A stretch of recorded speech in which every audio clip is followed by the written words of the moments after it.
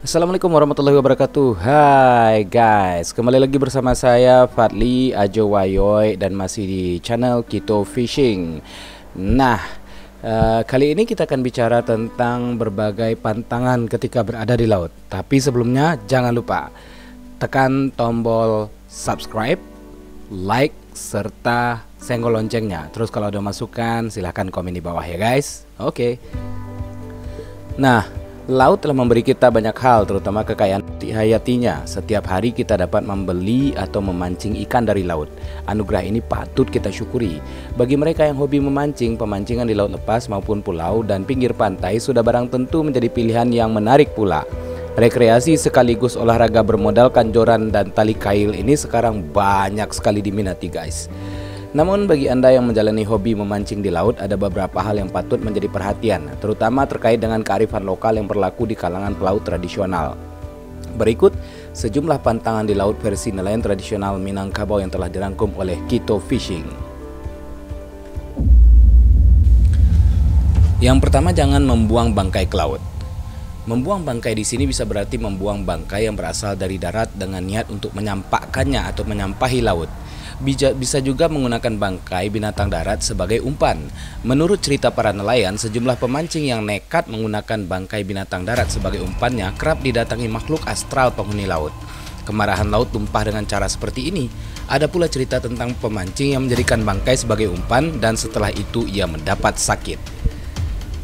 Yang kedua, jangan mengumpat.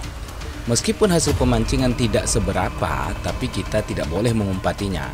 Terimalah apa saja yang diberikan laut untuk kita. Mengumpati hasil yang sedikit dipercaya dapat mendatangkan bala. Ada pula cerita bahwa mereka yang mengumpat didatangi hantu laut dalam tidurnya. Hati-hati guys. Yang ketiga, jangan bertengkar di laut.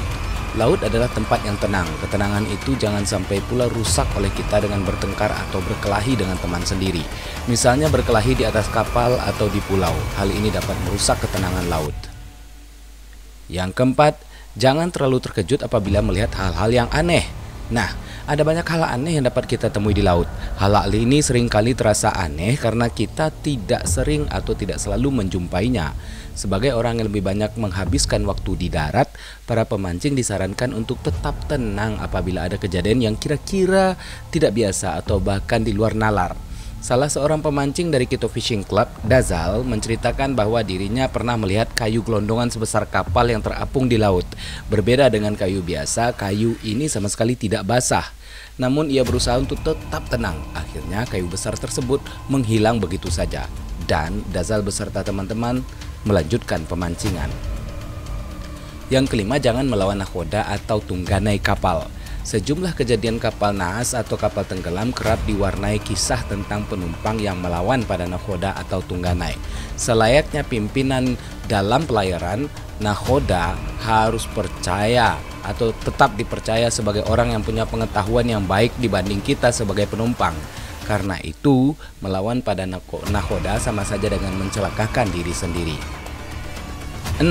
Jangan meminta ikan besar. Nah, ini sering terjadi nih. Kadang-kadang ketika kita hanya mendapatkan ikan kecil saja, kita merasa tidak puas. Dan akibatnya, kita sering nyeletuk dengan lidah kita, dengan mulut kita. Mana nih ikan besarnya? Ayo ikan besar keluar dong.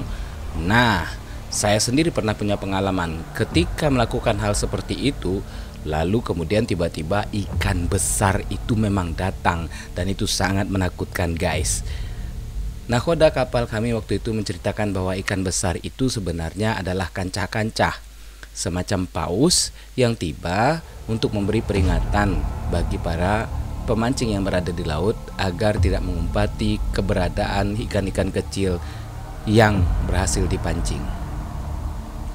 Nah guys, sekian saja catatan saya tentang pantangan-pantangan yang dipercaya oleh para nelayan Minang ketika berada di laut. Mungkin kamu punya cerita, silahkan ceritakan kisah kamu pada kolom komentar di bawah.